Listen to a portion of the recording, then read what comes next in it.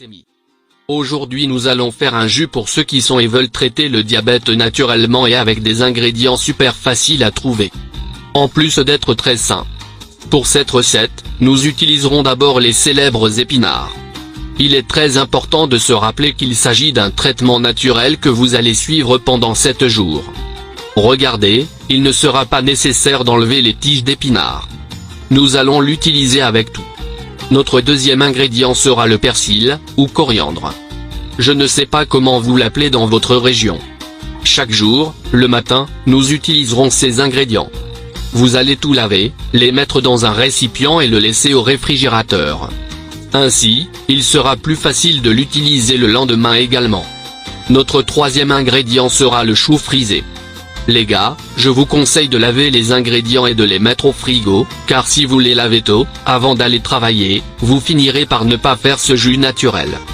Prenez des épinards avec la tige et tout et mettez-les dans le mixeur. N'oubliez pas de bien laver les ingrédients.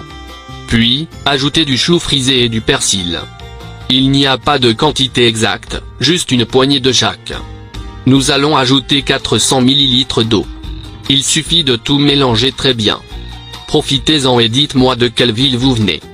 J'aime vraiment savoir jusqu'où vont nos vidéos. Celui-ci vient directement de Paribas.